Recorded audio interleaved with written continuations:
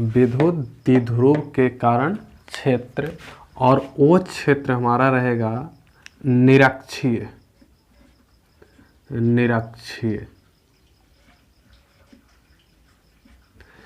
इससे पहले वाली वीडियो में तुमको ये बतलाया गया था, या ये बात जानता होगा कि किसी वैद्युत द्विध्रुव के कारण इसका अक्षीय क्षेत्र की तीव्रता क्या होती है, और वो हमारा आया था E और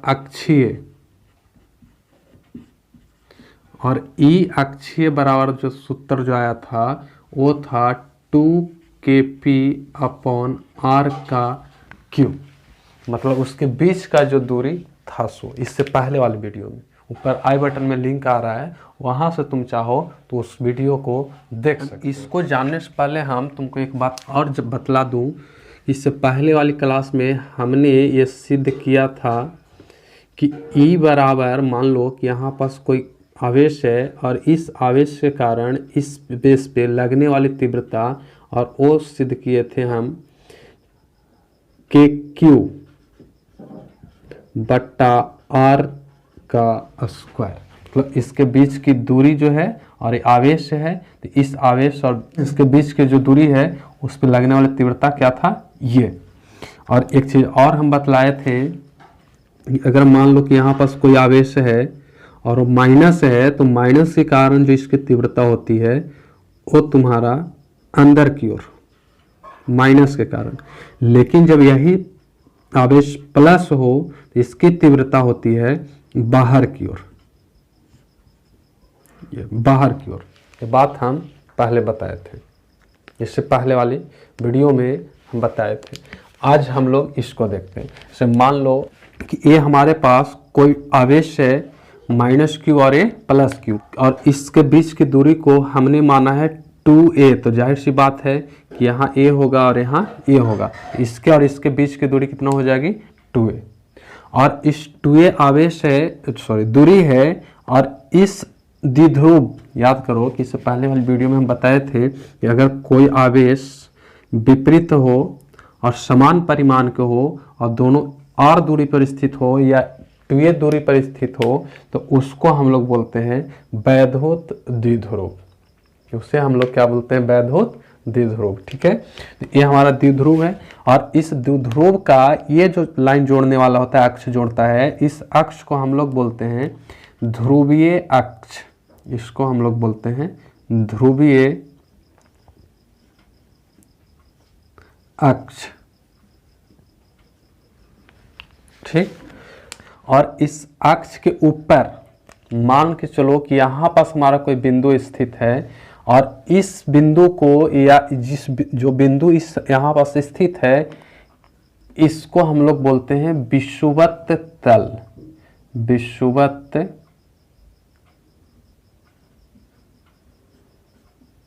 तल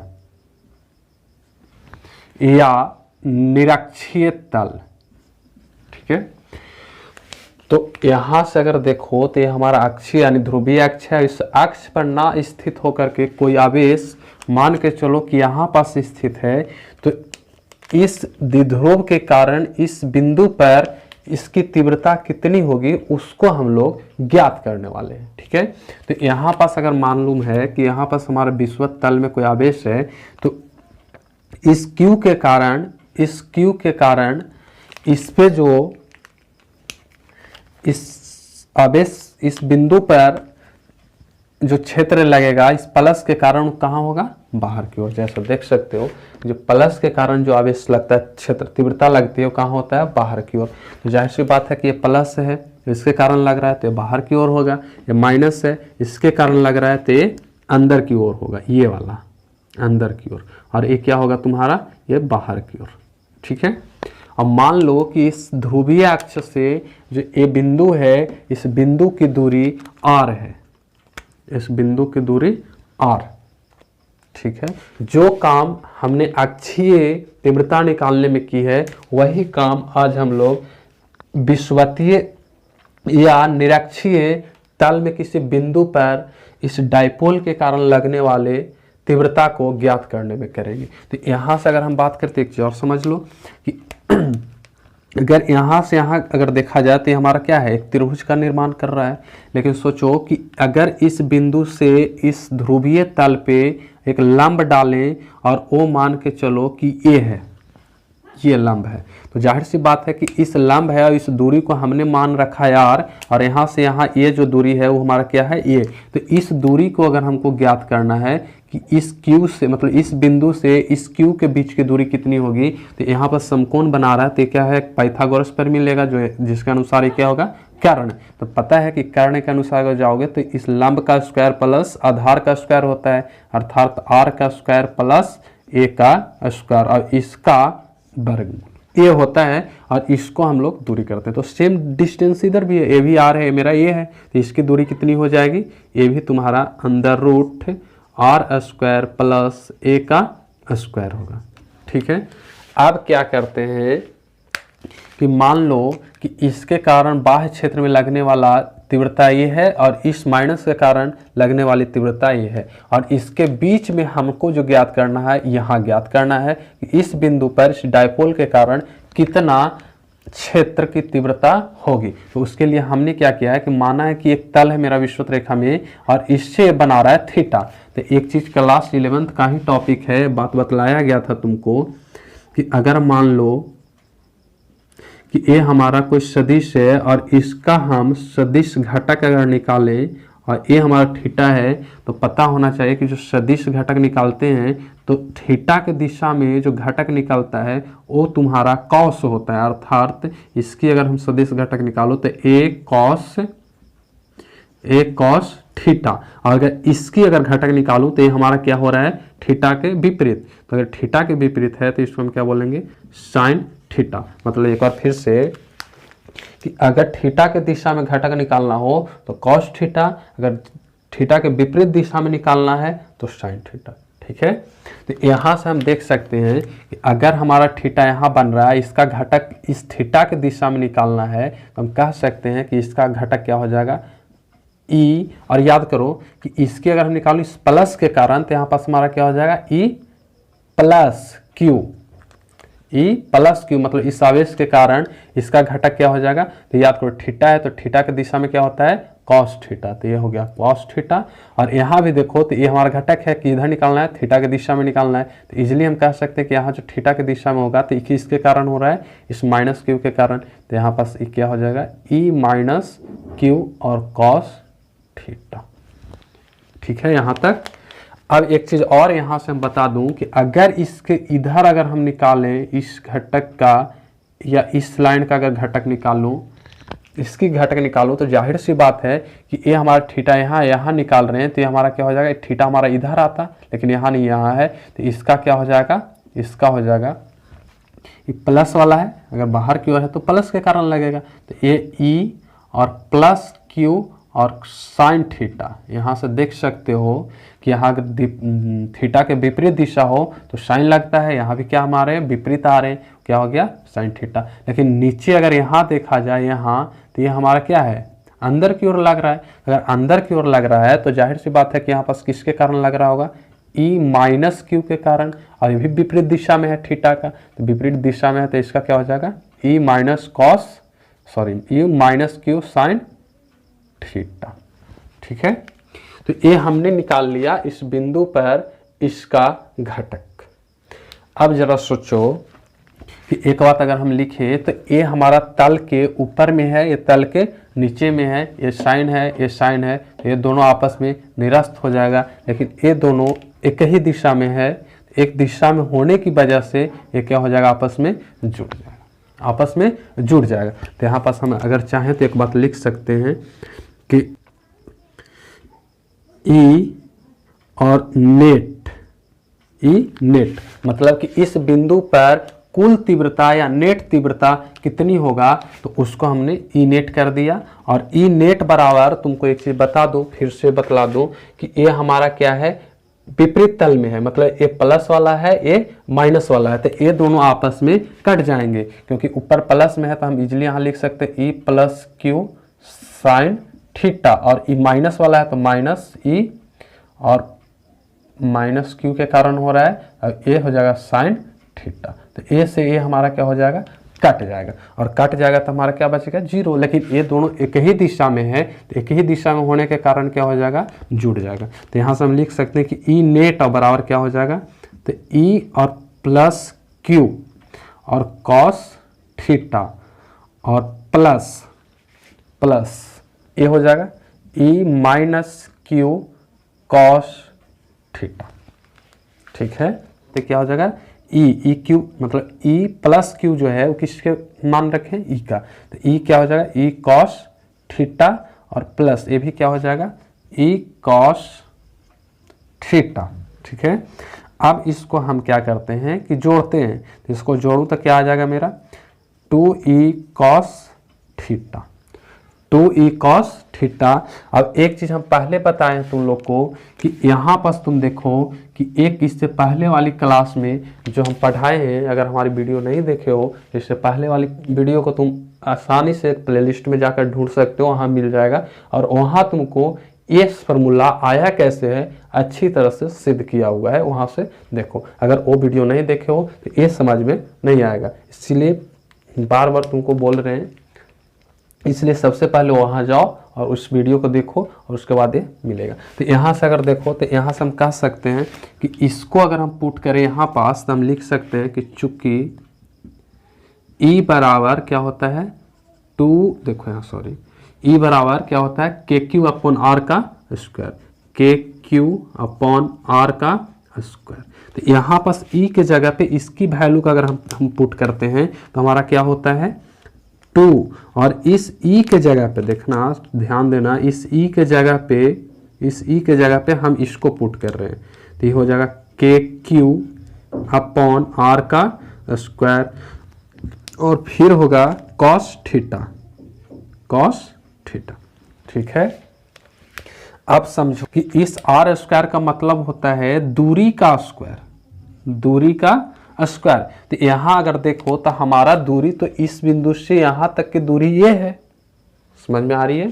फिर से समझो कि ये हमारा क्या है, दूरी का स्क्वायर है, तो दूरी का अगर स्क्वायर है तो जानते हो, अच्छी तरह से तुम जानते हो कि यहाँ हमारा प्लस क्यू है, यहाँ हमारा यहाँ पास कोई बिंदु है, इसके बीच की हम क्या निकाल रहे हैं दूरी, तो इसके बीच की दूरी हमने क्या निकाला, ये निकाला है। तो इसकी जगह पे हम कितना पुट करेंगे, इस आर क्यू के जगह आर स्क्वायर के जगह पे हम इतना पुट करेंगे। इस आर का मेरा मतलब या इस आर का मेरा मतलब इस दूरी से है, दूरी से, ना कि इस आर से, इस आर से मेरा मतलब नहीं है। तो इसकी अगर हम दूरी की अगर वैल्यू यहाँ पुट करूँ तो कितना हो जाएगा 2kq।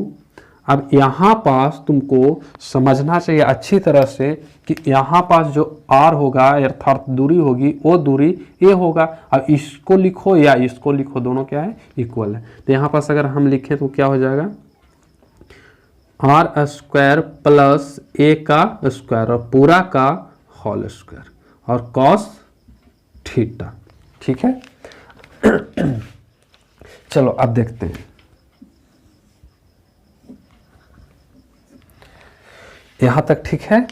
अब क्या करते हैं कि इसको एक चीज और तुमको पता होना चाहिए, क्लास 10 ही से ये बात बताया जा रहा होगा मैथ में कि कॉस थीटा और बराबर होता है b/h, कॉस थीटा बराबर b/h। ठीक है, तो अगर हम इसको थीटा मानते हैं तो जाहिर सी बात है कि थीटा के जो सामने होता है वो लंब होता है, और जो लंब जिस पे होती है उसको आधार मानते हैं। तो ये हमारा b का काम करेगा और ये हमारा h का काम करेगा। तो यहाँ अगर हम देखें तो इस चीज़ को अगर लिखूँ तो क्या लिख सकते हैं कि 2kq और ये हमारा है। ऐसे एक चीज और बता दूं कि ये आर स्क्वायर है और ये रूट है, तो स्क्वायर से रूट कट जाता है। तो हम यहाँ पास जनरली हम ऐसे लिख देते हैं कि R square plus A square. ठीक है, और पूरा का होल स्क्वायर नहीं कर सकते बिकॉज कि यहाँ ये जो स्क्वायर अंदर रूट है, इस रूट को इस स्क्वायर से काट दिया, तो यहाँ पर सिर्फ बचेगा ये। और इस कॉस थीटा को अगर हम चाहें तो इस कॉस थीटा के जगह पे हम क्या डाल सकते हैं b/h। तो b का रूप में हमारा काम कौन करेगा, ये a, तो इसके जगह पे हम क्या कर देते हैं a कर देते हैं। ठीक है, और बट्टा एच, तो एच का काम हमारा ए करेगा, एच बराबर क्या आया है ए, तो आर स्क्वायर प्लस ए का स्क्वायर और ए होगा अंदर रूट। ठीक है, फिर से एक बार कि कॉस थीटा बराबर होता है बी बाई एच, तो यहाँ अगर ये हमारा थीटा है तो जाहिर सी बात है कि जिस पे थीटा बनता है वो हमारा बी होता है और ये हमारा एच होता है, तो एच का वैल्यू हमारे पास इतना था और ए का पास बी का वैल्यू ये है, तो यहाँ से हम इसका वैल्यू पुट किए, तो वैल्यू पुट किए तो नहीं तो तुम बगल में अगर चाहो तो एक चीज़ यहाँ लिख सकते हो ताकि घबराओ नहीं, और वो लिख सकते हो कि चूंकि कॉस थीटा बराबर होता है बी बाई एच। ठीक है, अब देखो इसको अगर और आगे बढ़े तो क्या होता है कि एक बात तुमको इससे पहले वाली क्लास में, देखो हम बार बार अगर किसी बात को रिपीट कर रहे हैं तुमको ध्यान देना चाहिए कि एक चीज़ तभी समझ में आएगा तुम्हें जब इससे पहले वाला वीडियो तुम्हारा देखा हुआ होगा, अर्थात कि P बराबर होता है 2QA, जहां ये P हमारा क्या था, वैधोत द्विध्रुव आघूर्ण। ये सिद्ध किया हुआ टॉपिक है, तुम जाकर के हमारे प्लेलिस्ट में देख सकते हो, कोई दिक्कत नहीं है। तो यहाँ से अगर देखो तो कि यहाँ से अगर हम इस चीज़ को यहाँ से अगर इसमें मैच करना चाहें तो देख सकते हो कि ये हमारे पास यहाँ पास 2 है, Q है और A है, 2QA। तो इस पूरी के जगह पे हम चाहें तो इस P को लिख सकते हैं, अर्थात K हमारा पहले से रहेगा और इसके जगह पे हम पुट कर देते हैं P को। ठीक है, इसको हम कलर चेंज कर लेते हैं, अर्थात के। ठीक है, और नीचे अगर देखें तो एक चीज़ यहाँ से तुम देख सकते हो कि रूट को अगर हम हटाएं तो इसके जगह पे हम चाहें तो ऐसे लिख सकते हैं कि R square plus A square पूरा के पावर 1/2, क्योंकि किसी भी संख्या का अगर रूट चढ़ा हुआ है तो इतना बराबर हम 1 के पावर 1/2 कर सकते हैं, नो डाउट। ठीक है, तो यहाँ पर हमने कर दिया ऐसे, और इसको ऐसे लिख देते हैं आर स्क्वायर प्लस ए और इसका स्क्वायर। ठीक, अब यहाँ P कहाँ से आया है उस चीज़ को हमने यहाँ बता दिया है, अगर तुम चाहो तो यहाँ लिख सकते हो, और वो क्या लिख सकते हो कि चूंकि P बराबर क्या होता है 2QA। ठीक है, अब जरा सोचो कि एक बात और, तुम एक्सपोनेंशियल लॉ पढ़ा होगा तो ये बात बतलाया गया होगा कि 1 के पावर n हो और गुणे 1 के पावर m हो तो गुना में पावर जुड़ जाता है, इसके बीच में जोड़ का साइन हो जाता है, मतलब a और n प्लस m होता है, पहले से जानते हो। तो अगर ये बात जानते हो तो यहाँ देखो तो इसका बेस और इस दोनों का बेस क्या है, सेम है, कुछ नहीं तो 1 पावर होता है।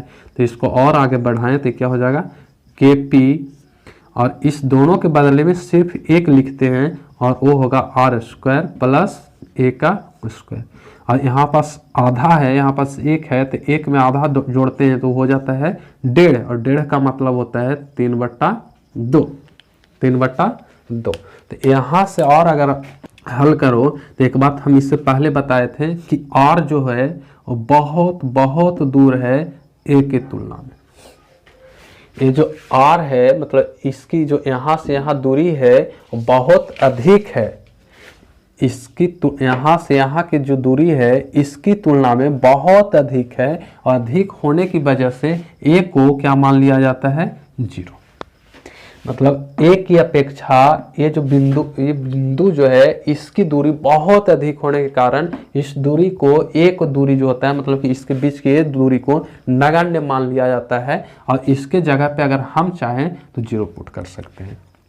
तो यहाँ देखो तो कि यहाँ अगर आप 0 पुट कर दें तो क्या हो जाएगा KP और R स्क्वायर प्लस 0, तो यहाँ 0 पुट करेंगे तो पूरा क्या हो जाएगा 0 हो जाएगा, और इसका पावर 3/2।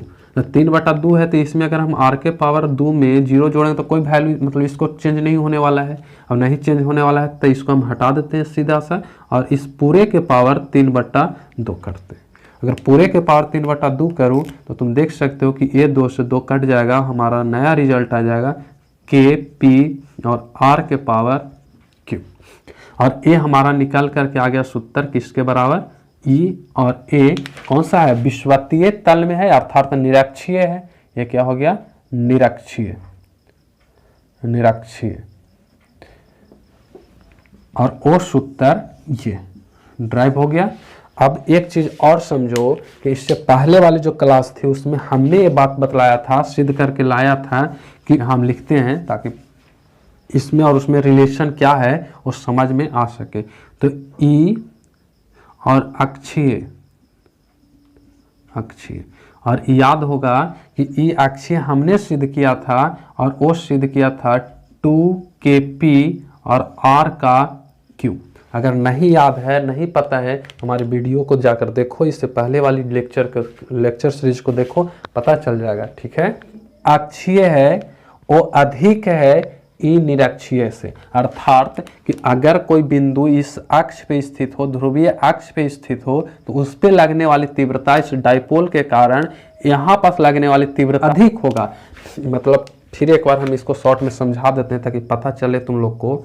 और वो होता है ये, यहाँ अगर कोई बिंदु स्थित है तो इसको मान के हम चलते हैं मेरा प्लस है और ये मान के चलते हैं माइनस है। तो यहाँ पास इस डाइपोल के कारण जो इस पे तीव्रता लगेगी वो ज़्यादा अधिक होगा, ज़्यादा अधिक होगा। किसके कारण, तो इस डाइपोल के कारण इस पे लगने वाली तीव्रता से।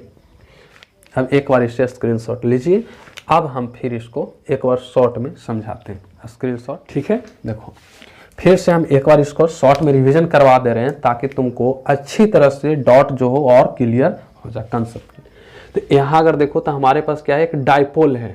ठीक है, और ए डाइपोल के बीच की दूरी 2a है। इसके बीच में एक ध्रुवीय केंद्र होता है जो इस केंद्र को माना जाता है ध्रुवीय केंद्र, और इस केंद्र से इधर की दूरी ए, इधर की दूरी ए। एक इस अक्ष से बाहर यानी विषुवत तल में एक बिंदु स्थित है ए, और इस बिंदु से अगर देखा जाए तो यहाँ इस बिंदु पर इस डाइपोल के कारण जो तीव्रता होगी उस तीव्रता को गणना हमने की है, ये आया है।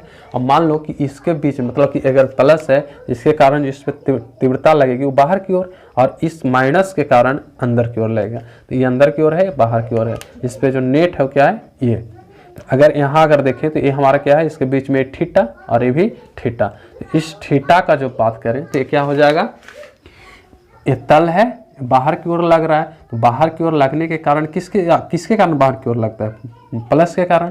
तो प्लस के कारण लगेगा तो क्या हो जाएगा, E plus Q sine theta, और ये माइनस की ओर लगेगा तो ई माइनस साइन थीटा नीचे की ओर। ठीक है, तो अब एक चीज़ यहाँ समझ सकते हो, ये हमारा विपरीत तल में है क्योंकि ऊपर एक प्लस होता है नीचे माइनस। तो ये दोनों क्या हो जाएगा, एक दूसरे से निरस्त हो जाएगा, कट जाएगा। तो हमारा नेट बचेगा, वो बचेगा ये। तो इसलिए हमने यहाँ क्या किया, ई नेट निकाला, मतलब इस बिंदु पर कितना होगा, कुल तीव्रता कितनी होगी, तो उसको ई नेट बोलेंगे। और ई नेट बराबर क्या है, ए प्लस क्यू कॉस थीटा ये वाला, और plus E minus Q cos theta अर्थात इसका। और दोनों का सदिश घटक को हमने क्या किया है, जोड़ा है। अब जोड़ा है तो इसको पता होना चाहिए कि इसका अगर नेट निकालेंगे तो नेट मेरा ई है, तो ये क्या हो जाएगा, इसके जगह पे ई आ जाएगा, ई कॉस थीटा, और इसका नेट ई कॉस थीटा। ये दोनों को जोड़ दिए, ई 2 ई कॉस थीटा। अब पता है कि यहाँ पास ई बराबर होता है के क्यू बट्टा आर, और ये तुमको पहले वाली क्लास में मिलेगा जहाँ आर क्या है, दूरी है, और इस दूरी का स्क्वायर है। तो यहाँ अगर देखो तो 2 लिख दिया, ई के जगह पे के क्यू बट्टा आर कर दिया, और एक कॉस थीटा को ऐसे छोड़ दिए। फिर यहाँ से 2 आया, के क्यू आर की अगर बात करो तो आर इसके और इसके बीच की दूरी होती है, ना कि इस आर की हम बात कर रहे हैं, इसके बीच की दूरी। तो ओ आर हमारा कितना है, अंदर root R square plus A square. तो क्या हो गया, R square plus A square अंदर रूट में है और दोनों का स्क्वायर, तो इसका होल स्क्वायर और कॉस थीटा। अब यहाँ पास क्या किया कि 2kq और आर स्क्वायर प्लस ए का स्क्वायर अगर करें तो इस स्क्वायर से इस रूट को काट दिए तो हमारा क्या बचे, क्या ये बचा। और इस कॉस थीटा के लिए तुम्हारे पास एक सूत्र था b/h। तो यहाँ से अगर देखो तो हमारा b का काम a किया है और h का काम ये। तो b के जगह पे हमने इस a को डाला और h के जगह पे इसको, और इसको जब हल करोगे तो a आ जाएगा ये। अब एक चीज़ और यहाँ समझो कि यहाँ पास समझना कि क्यू ए और 2 यानी 2QA बराबर हमारे पास उत्तर क्या होता है, वो P होता है, जिसको हम लोग बोलते हैं ध्रुव, वैद्युत, द्विध्रुव, अघूर्ण बोला जाता है। तो इसके जगह पे हमने क्या किया, P लिखा, K को ऐसे छोड़ दिया। अब इसको अगर देखा जाए तो इसको ऐसे उतारे हैं, जैसे वैसे छोड़ दिए, और इसको ये जो अंदर रूट है, इस रूट को हटा करके 1/2 किए, क्योंकि होता है, कैसे होता है पता है कि अंदर रूट अगर कोई संख्या है रूट में तो उसको हटा करके 1 के पावर 2 कर सकते हैं, 1/2 कर सकते हैं। तो यहाँ क्या किया, 2 किया। अब एक चीज़ और कि इसका भी बेस है, इसका भी बेस है, यानी दोनों का बेस क्या है, मेरा समान है। तब जब दोनों का बेस समान होता है तो उसकी पावर को क्या कर दिया जाता है, जोड़ दिया जाता है। तो इसका पावर यहाँ कुछ नहीं तो 1 है और ये आधा है, तो 1 और आधा जोड़ के करेंगे तो 1.5 होता है, और 1.5 का मतलब 3/2। तो KP और बट्टा R के पावर 2, क्योंकि यहाँ पर एक चीज़ और समझना कि ये जो R है, चूंकि यहाँ हम लिख देते हैं कि चूंकि R जो है वो बहुत बड़ा है, बहुत अधिक है किससे, A से। तो अगर कोई संख्या बहुत अधिक हो किसी की अपेक्षा तो उसको हम लोग मान लेते हैं 0। तो यहाँ पास A कितना हो जाएगा, 0 हो जाएगा। तो यहाँ पास हम एक वैल्यू यहाँ पुट किए कितना, 0। तो 0 डालने का मतलब कि पूरी तरह से खत्म हो गया, ये पूरी तरह से खत्म। तो ये पूरी तरह से अगर खत्म हुआ तो हमारा बचा क्या, R² और इस पे पावर आ गया 3/2। तो ये 2 से 2 खत्म। अब यहाँ R के पावर 3, R के पावर Q और KP जैसे छूट गया। तो यहाँ से हमारे एक सूत्र निकल के क्या आ गया, E निरक्षीय, और E निरक्षीय मतलब KP/RQ।